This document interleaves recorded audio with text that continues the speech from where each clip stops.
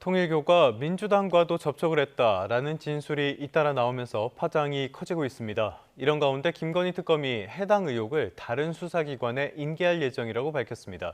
어제 있었던 전국 법관회의에서는 내란 전담 재판부와 법 왜곡죄 신설에 대한 우려의 목소리가 나오기도 했는데요. 다양한 법적 이슈들이 있습니다. 이고은 변호사와 함께 알아보도록 하겠습니다. 변호사님 나와 계십니까? 네, 안녕하세요. 이고은 변호사입니다. 네, 안녕하십니까 변호사님. 먼저 통일교 이야기부터 해보도록 하겠습니다. 윤영호 전 통일교 세계본부장의 폭로 이후로 굉장히 사안이 커지는 것 같습니다. 그러니까 이 사람의 주장은 국민의힘뿐만 아니라 민주당 인사들과도 접촉을 했다는 거죠? 네, 그렇습니다. 지금 윤영호 전 통일교 세계본부장의 증언, 진술 내용이 많은 파장을 낳고 있는 그런 상황인데요. 예. 윤영호 전 이 세계본부장의 이야기는 그렇습니다.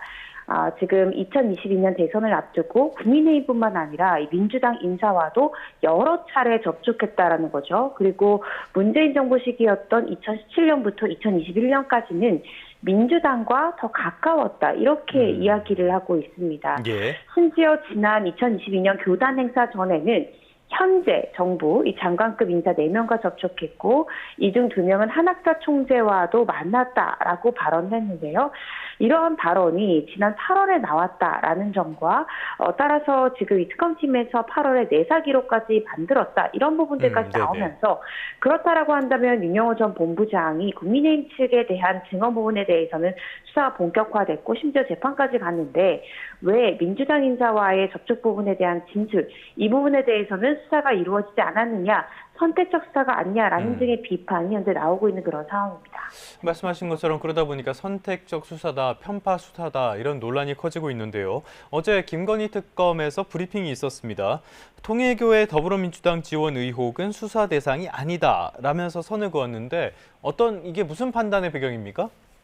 네, 지금 오정희 특검보는요, 어제 이제 브리핑에서 올해 8월 즈음에 이 한학사 총재 수사 과정에서 윤영호 전 통일교 세계본부장이 법정에서 이 민주당을 지원했다라는 진술 내용을 청취했고 내사 사건번호를 부여받아서 사건 기록을 만들었다라는 것은 인정을 했습니다. 예. 다만 이 윤 전 본부장의 진술 내용이 인적, 물적, 시간적으로 볼 때 명백히 특검법 수사 대상에 해당되지 않아서 다른 수사기관에 인계할 예정이다라고 밝혔고요.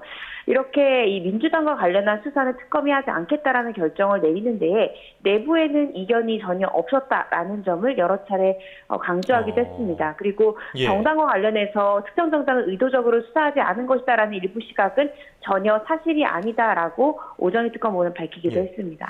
자, 그런데요. 이 특검법 2조를 보면요. 앞서서 여러 가지 사건 수사 과정에서 인지된 관련 범죄 행위, 그리고 특별검사의 수사를 방해하는 일체 행위 다 수사 대상으로 삼고 있거든요. 그렇게 되면은 이 사건을 인지를 하고도 수사를 하지 않았다. 별로 그렇게 납득이 되지 않는 것 같거든요. 어떻게 보십니까? 네, 저도 좀 납득하기가 어렵습니다. 물리적으로 또 시간적으로 부족했다라는 것은 지금 이 해당 내사 사건의 인자 시점이 12월이 아니지 않습니까? 8월입니다. 예. 8월이다라고 하면 12월 말까지 4달가량의 시간이 있고요. 그간 특검이 수사했던 수사 속도를 보면 한 달 안에도 한 사건을 규명하고 구속영장 청구와 기소가 충분히 이루어질 수 있었다라는 수사의 흐름을 볼 때 8월부터 수사했다면 과연 이것이 시간적으로 부족했느냐에 대한 의문이 생기고요. 그리고 예. 말씀 주신 대로 특검법 2조에 따르면 결국 이 수사를 하다가 관련 사건이 인지될 경우에는 그 인지된 사건을 충분히 수사할 수 있다는 근거 규정이 있죠. 실제로 특검팀에서는 이 그동안 특검법에 정확한 이 규정된 수사 범위에는 포함된다라고 보기 어려운 사건들도 영장 청구해서 기소를 했습니다. 그랬죠. 예를 들어 서수 서울 양산 고속도로 특혜 의혹이라든지 이 의혹과 관련해서 별건으로 인지됐던 국토교통부의 서기관의 뇌물수수 의혹 이것도 사실은 관련 사건으로서 인지한 거거든요. 그리고 김건희 씨 집사로 불리는 김예성 씨의 집사 게이트 의혹 또 IMS 모빌리티의 대기업 투자금 유치 이런 부분들에 대해서도 사실 구속영장도 청구해서 받아냈고 기소했다라는 점에서 관련 사건을 충분히 인지해서 수사를 해왔는데 갑자기 8월 달에 인지됐던 민주당 관련한 이 지원, 이 부분에 대해서 본격적으로 수사를 하지 않았다라는 것은 그간 특검이 이행해왔던 수사의 흐름과 관련 규정을 적용했던 이 판단 기준이 선택적으로 좀 다르게 적용됐던 것이 예. 아니냐라는 합리적인 의심이 충분히 가능한 부분이지 않을까 싶습니다. 알겠습니다. 일단 특검 쪽에서는 사건을 이첩할 거다, 이전할 거다 이렇게 이야기하고 있는데요. 앞으로 수사 방향은 어떻게 예상해 볼 수 있을까요? 그런데 문제가요. 공소시효가 문제입니다. 차라리 8월에 인지하고 우리는 수사를 하지 않겠다고 결정됐을 때 빠르게 공수처 등에 넘기는 시도가 필요했습니다. 왜냐하면 윤 전 본부장이 민주당 인사에게 금품을 전달했다라고 밝힌 시기가 2018년에서 2020년이거든요. 그런데 불법 정치자금 수수 같은 경우에는 공소시효가 7년밖에 되지 않습니다. 예. 따라서 2018년에 수사했던 사건은 올해 말에 공소시효가 완성되는데 벌써 올 12월 중순에 지금 접어들고 있다는 그렇네요. 거죠. 예. 그래서 내년부터는 2018년 범행에 대해서는 수사 자체가 불가능하고 공소권 없음 처분이 불가피한 그런 상황이기 때문에 특검팀에서는 8월에 이 사건이 수사 대상이 아니라고 판단했다면 빠르게 다른 수사 기관으로 이관을 했었어야 되는 것이 맞다는 생각이 들고요. 지금이라도 빠르게 수사기관에 이첩을 해서 수사가 신속하게 이루어지도록 조치를 취했어야 되는 것이 아닌가 싶고 지금 2018년 범행이 공소시효 7년이라는 것을 아마 특검팀에서도 충분히 인지했을 텐데 이 부분에 대해서 신속하게 넘기지 않은 부분 또한 이후에는 또 문제가 될 수 있는 부분이지 않을까라는 생각을 조심스럽게 해봅니다. 알겠습니다. 지금까지 김건희 특검은 여러 잡음들이 있었는데요. 만약에 정치적인 중립성까지 의심을 받게 된다면 특검의 성공 장담하기는 어려울 것 같습니다. 자, 또 하나 논란이 되는 요소 하나 살펴보도록 하겠습니다. 어제 전국 법관 대표회의가 있었는데요. 위헌성 논란과 재판의 독립성 침해 우려가 크다. 신중한 논의를 촉구한다. 그러니까 여당의 사법개혁안에 대해서 완곡한 반대의 입장을 표명했다. 이렇게 보면 되는 걸까요? 네, 그렇습니다. 지금 전국 각급 법원에서 선출된 법관들이 모이는 회의가 바로 법관 대표회의고요. 어제 6시간가량 정기회의를 거쳐서 내란 전담 재판부에 대한 비판적인 의견을 밝혔습니다. 전국에 있는 법관 대표 126명 중에 재석 79명, 찬성 50명으로 가결된 입장인데요. 법관 대표들은 이 비상계엄과 관련된 재판의 중요성과 이에 대한 국민의 지대한 관심과 우려에 대해 엄중히 인식한다라면서도 이 내란전담 재판부 설치 법안과 법 왜곡죄 도입에 대해서 위헌성에 대한 논란과 함께 이 재판의 독립성을 침해할 우려가 크기 때문에 신중한 논의를 촉구한다라는 의견을 밝혔습니다. 이 부분에 대해서는 그간 법조계에서 내란전담 재판부가 설치되면 오히려 윤 전 대통령에 대한 재판이 지연될 가능성이 있다. 또 이 무작위로 배당한다라는 이 공정성에 대한 대원칙을 해야 하기 때문에 위헌성 논란으로도 번질 수 있다라는 우려가 꾸준히 제기되어 왔는데 어제 전국 법관 대표들이 또한 이 부분에 대해서 신중한 논의를 촉구한다라는 이 비판적인 의견을 개진한 상황입니다. 네, 지금까지 여당의 사법개혁안 그리고 여기에 더해서 내란 전담 재판부 설치 이 부분에 대해서는 대한변협이라든지 민변이라든지 그러니까 좌우와 여야를 가리지 않고 위헌에 대한 어떤 우려 같은 것들이 계속 나오고 있는 상황입니다. 이런 상황 속에서 사법부가 사법개혁에 대한 어떤 구체적인 대응책을 내놓을 수 있을까요? 사실상 이렇게 신중한 검토가 필요하다라는 것 외에는 실질적으로 지금 민주당이 다수석이기 때문에 법관 스스로나 혹은 여러 가지 지금 법원 측에서 어떠한 조치를 내기는 굉장히 어렵다라고 보여집니다. 그렇지만 지금 법원뿐만 아니라 말씀 주신 대로 변협에서도 이 성권분립과 사법부의 독립원칙에 준수를 촉구한다라는 비판 성명을 냈고요. 뿐만 아니라 이 민변에서도 이 내란전담 재판부 설치법은 조금이라도 시비거리가 제공되지 않도록 헌법의 테두리 내에서 세밀하고 정교하게 제정되어야 한다라고 공통된 비판의 목소리가 나오고 있기 때문에 이런 부분들에 대해서 현 정부에서도 어느 정도 감안해서 조치를 취하지 않을까 싶고 사실상 사법부 스스로가 어떠한 조치를 취하기는 상당히 어려운 구조다라는 생각이 듭니다. 일단은 여당 쪽에서는 내란 전담 재판부 이거는 연내에 추진하겠다는 의사를 굽히지 않고 있거든요.